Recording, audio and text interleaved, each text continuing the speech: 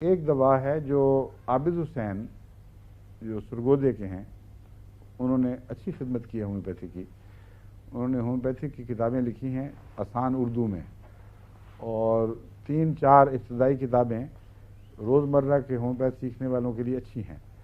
لیکن اس میں مشکل یہی ہے کہ ہومیوپیتھ اکثر دعوے بڑے کر دیتے ہیں، اور وہ جو ان کے قابو ایک دفعہ آ جائے تو وہ پھر آدمی مار دیتا ہے بعض دفعہ، لیکن یہ نہیں مانتا کہ میری دوا نے کام نہیں کیا. اس لیے ان کے سارے دعوے نہ مانیں، وہی قبول کریں جو آپ کا تجربہ بتا دے کہ واقعتاً کسی حد تک قابل اعتماد ہے. لیکن چٹکلے اچھے بیان کیے ہوئے انہوں نے. یہ جو ہے جو بتانے لگا یہ میں نے ان سے لیا تھا. وہ یہ لکھتے ہیں، درست لکھتے ہیں کہ ٹائیفائڈ میں اگر دوائیں جلدی بدلی جائیں تو سخت نقصان پہنچتا ہے، اور بعض دوائیں فائدہ کرتے کرتے چھوڑ دیتی ہیں پھر دوبارہ نہیں شروع کرتی. لیکن اگر پورا پتہ نہ ہو کہ کیا دینا ہے تو فیرم فاسٹ اور کالی فاسٹ، یہ 2 بایوکیمک دوائیں، 12 ٹیسو دوائیں، یہ اگر ملا کر بار بار دی جائیں تو ضرور مفید ہوتی ہیں. بس ایسے مرض جن میں ٹائیفائڈ کی بعض مخصوص علامتیں اور رنگ میں نہ پائی جائیں، ان میں پیروجنم سلفر 200 اور فیرم فاسٹ کالی فاسٹ، صرف یہ 2. وہ جس طرح کہ میں نے بتایا 2-3 دفعہ شروع میں، پھر 2 دفعہ 1 دفعہ کر دی جائیں. لیکن فیرم فاسٹ کالی فاسٹ تو بخار کی تیزی کی حالت میں دن میں 6 دفعہ بھی دی جا سکتی ہے، اور پھر 5 دفعہ 4 دفعہ 3 دفعہ کر دیں، لمبا عرصہ چلا سکتے ہیں، کوئی نقصان نہیں.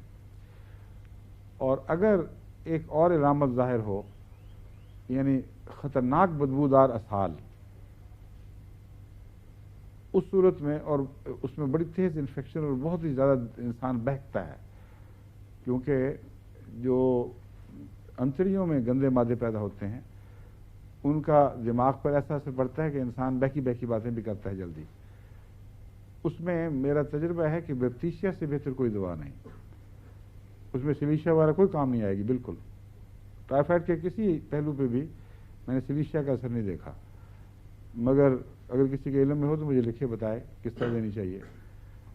لیکن بیپتیشیا اگر دست ہوں اور بدبودار ہوں تو حیرت انگیز اثر دکھاتی ہے، اور اس کے لیے ٹائیفائڈ کے طبی دور کا انتظار نہیں کرنا پڑتا. ڈاکٹر کہتے ہیں کہ ٹائیفائڈ چاہے اچھی سے اچھی دوا بھی دو، یا 7 دن میں چھوڑے گا، یا 14 دن میں چھوڑے گا، یا 21 دن میں چھوڑے گا، یا 6 مہینے میں چھوڑے گا، لیکن دور کے مطابق چھوڑتا ہے. جب اس کا مدم ہونے کا دور آتا ہے اس وقت اگر دوا صحیح مل چکی ہو تو وہ چھوڑ دیتا ہے. مگر ہومیوپیتھی میں نے دیکھا کہ اس دور کا انتظار نہیں ہوتا. اور دوسرے، ٹائیفائڈ کے جلد کے ساتھ تعلق ہونے کا جو کتابوں میں آپ پڑھتے ہیں، اس کو میں نے اپنی آنکھوں سے اس طرح دیکھا ہے کہ ایک دفعہ ایک بچہ جو ایلوپیتھک دوا سے یعنی شفا نہیں پا سکا، 1 مہینہ تک ہمارے ہسپتال میں رہا. بھائی منور جب اس کو زندہ تھے، میرے بڑے بھائی ڈاکٹر، ان کا زیر علاج رہا. غالباً انہوں نے پھر اس کو عورت کو کہا کہ ہمارے پاس اب کوئی چارہ نہیں رہا، تم اس کو لے جاؤ ان کے پاس.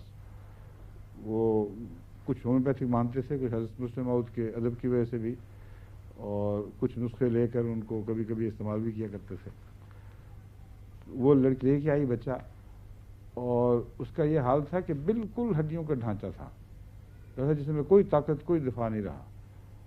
اس سے میں نے پوچھا تو اس نے کہا کہ سب سے زیادہ سخت علامت یہ ہے کہ انتہائی بدبودار دست ہے. اب تو زیادہ منہ میں جاتا ہی کچھ نہیں، مگر تھوڑا سا جو بھی نکلتا ہے وہ سخت بدبودار ہے، اور اس کا رنگ بھی بدل چکا ہے، اور اس میں سے مردار کی بو آ رہی ہے. تو میں نے اس کو یہی دوائیں دیں، پیروجنم، ٹائیفائڈینم اور بیپتیشیا. میں نے کہا 4-5 دفعہ بیپتیشیا دیتی رہو. اور اس کے بعد مجھے اب یاد نہیں کتنے دن بعد اس نے بتایا، لیکن کہا کہ بخار کم ہو رہا ہے، بچہ پہلے سے بہتر ہو رہا ہے، اس میں بھوک پیدا ہو رہی، طلب پیدا ہو رہی ہے، دودھ پینے لگ گیا ہے، اور بدبو کم ہو رہی ہے. دست ذرا سے کچھ ان میں آ رہا ہے، گاڑھا مواد پیدا ہو رہا ہے.